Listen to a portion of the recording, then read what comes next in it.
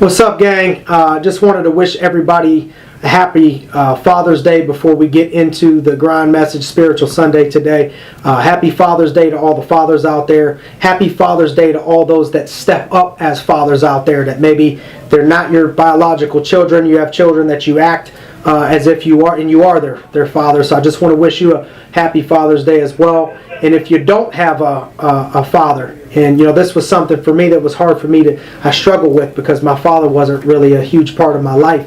Understand that there's a Father in heaven for you that is waiting to be your father, and can be the best father that you could have ever hoped for and asked for. So hopefully you guys love the G.R.I.N.D message today. Happy Father's Day to everybody out there. Thanks for following us. Thanks for watching the G.R.I.N.D. Let's get it.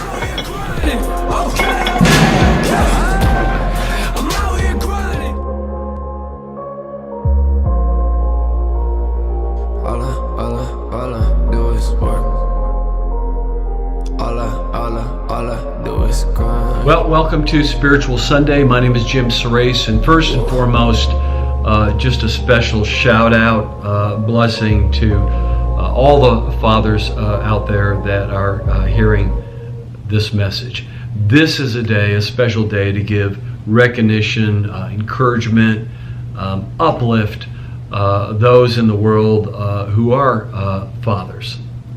And I just today I have a few thoughts I just want to get across about fatherhood. And I want to say first and foremost that you may be, one could be a biological father and have fathered a son or a daughter, but yet not have a fatherly spirit. And there could be someone who never, a man who's never had a child biologically, but yet could be a father to many. In the Bible it says that through life, you could have 10,000 teachers, but very few fathers. A teacher teaches, but isn't necessarily connected in a way that a father would be. And when I look to what a true fatherly spirit is, I try to look to the best father ever, which is our Father in heaven. I try to look to what kind of father he is and his heart in order to try to draw into how I can be the best father, not only to my children, but to others, that the Lord may have me cross paths with in my life. And being a true father is being a father who loves. I think love is a big separator, between a teacher and an actual father. And so when I look to love, and I try to look for a description of what does fatherly love look like, I look to a scripture that was actually, it's probably, if you're married, it was probably read at your wedding. And if you're not married, I'm sure you were at a wedding where this scripture was read. And let me read it again, because it talks about love. This is from Paul's letter, St. Paul's letter to the Corinthians. And it's a couple paragraphs about love. It says, Paul wrote, "If I speak in the tongues of men and of angels, but have not love, I'm only a resounding gong or a clanging cymbal. If I have the gift of prophecy and can fathom all mysteries and all knowledge, and if I have a faith that can move mountains, but have not love, I'm nothing. If I give all that I possess to the poor and surrender my body to the flames, but have not love, I gain nothing. Love is patient. Love is kind. It does not envy. It does not boast. It is not proud. It is not rude. It is not self-seeking. It is not easily angered. It keeps no record of wrongs. Love does not delight in evil, but rejoices with the truth. It always protects, always trusts, always hopes, always perseveres. Love never fails."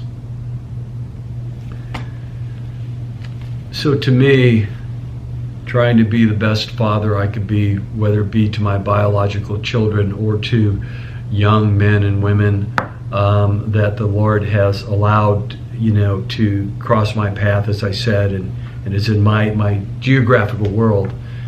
I look to that scripture, and I also look in prayer to my Father in heaven, and it's almost a daily prayer for me that I ask God to help me be the best father that I could be.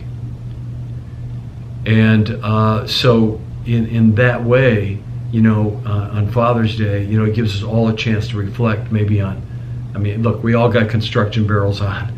We're all trying to be better people, but reflecting on how we can be a better father, whether we have children or not. How can we father others, mentor others, love others, and have the fatherly spirit like our Father in heaven? And also I take a moment on Father's Day to thank my Father in heaven. My biological father is no longer living. He died many years ago. And I so appreciated him and his heart and who he was. But, mostly on Father's Day, I thank my Father in heaven, who's given me life, who knew me before my mother even knew that I was in her womb. My father's eyes, biological father's eyes, have not always been upon me, but my Father's eyes in heaven have never left me. He's always been there for me, always teaching me, always there with unfailing love. With love I can never reach the end of. And no matter what I do, he tarries with me, and he's there for me, and he's always got a hand reached out to help me have the abundant life that he desires. With every breath of the rest of the days of my life, if I just thanked him for the salvation he's given me through his Son Jesus Christ, for the blessing and the miracles that he wrought in my life and those that I loved lives, it would never be enough breaths to thank him for everything he's done. So maybe this day just take a moment and thank your Father in heaven, and thank God that he's blessed you with people in your life that love you and has been a father to you. May the Lord bless you and keep you and bless your family. May you have the best of days this day and every day the rest of your life. Thank you.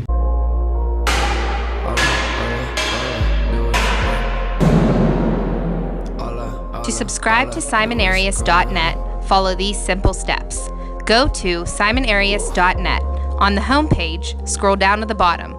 Where prompted, enter your first name along with your best email address and click Join G.R.I.N.D Messages. Thanks for watching.